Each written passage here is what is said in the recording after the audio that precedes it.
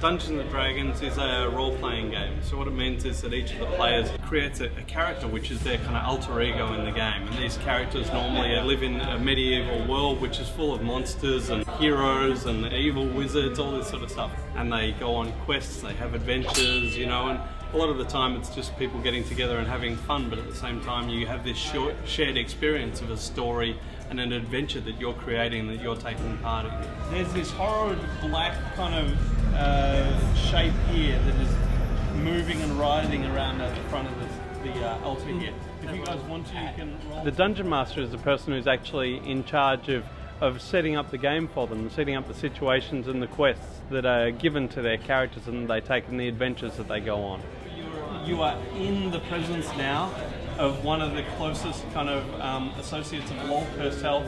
This demon speaks for Lolth. The key factor in determining the actual direction of the campaign is the Dungeon Master himself. Now, some Dungeon Masters will play their campaigns straight out of books that they've bought, or adventures they've downloaded from the internet, for example. But other Dungeon Masters will make up whole worlds of their own and take the players' characters into those worlds, and that's all stuff that they've made up themselves. I prefer to get them all down and keep them all... I like the fact that sort of anything can happen. It's sort of not limited, it's only limited by your imagination, really.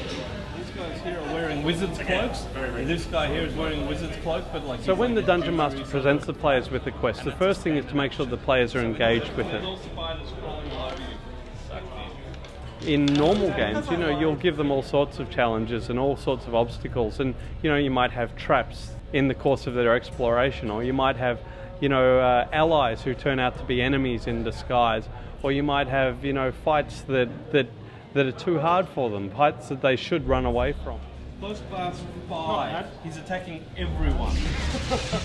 So ideally what the Dungeon Master does is they design challenges and obstacles for the players where not just one player can achieve or overcome that obstacle. So basically the party has to work together to overcome it. I'll take my slave in with me, but the rest can wait outside. Bear. No, just no. No. I unsummon the bear. I just unsummon the bear. Okay. Each player gets a moment to shine in the adventure. Each player gets a moment for their character to be the one who is the emphasis of the action for even a short period of time. Still standing. He's still standing. What? Yeah, I act as a secondary healer as well as a ranged attacker. So if we don't have a cleric or the cleric gets injured, I can take over in his duties. Are we bluffing? No. Only by all of them working together as a team can they achieve the quest and, you know, recover the ancient sword or do whatever it is that their collective story is leading up to. Yeah, too. Alright, Arc Lightning. So once the player decides that they want to complete an action, they roll the dice to see whether they're successful or not.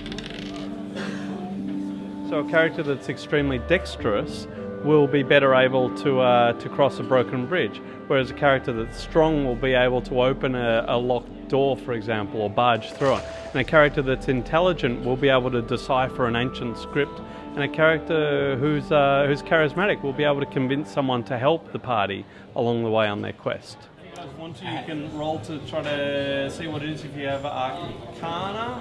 Yes. Yep, if you've got pluses in Arcana, yep. Plus 9. No. 15. No, 14. My character is a dwarven ranger that's travelled into the Underdark searching for his best friend who got captured by the drow. Yeah, he's a beastmaster, so he fights alongside his bear, scrambles the death dealer. We are team badass. I think the best thing about it is it always surprises you, you know, whether it's a new adventure which has a new story in it which is interesting, or just the things that players do. Take them somewhere. Like, The offer was to put them somewhere, so they can be put somewhere. Alright, my best story was when my friend was playing a ranger. He was playing an orc ranger, and my character had just been picked up by a wyvern and thrown off a cliff.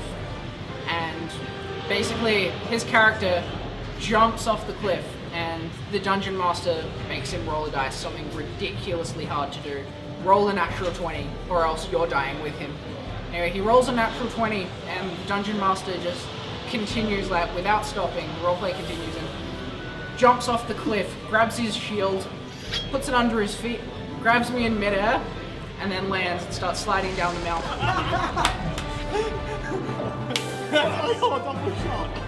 What I initially liked about Dungeons and Dragons is the social aspect about it, but also the fact that I can just take time off my life and pretend to be a wizard.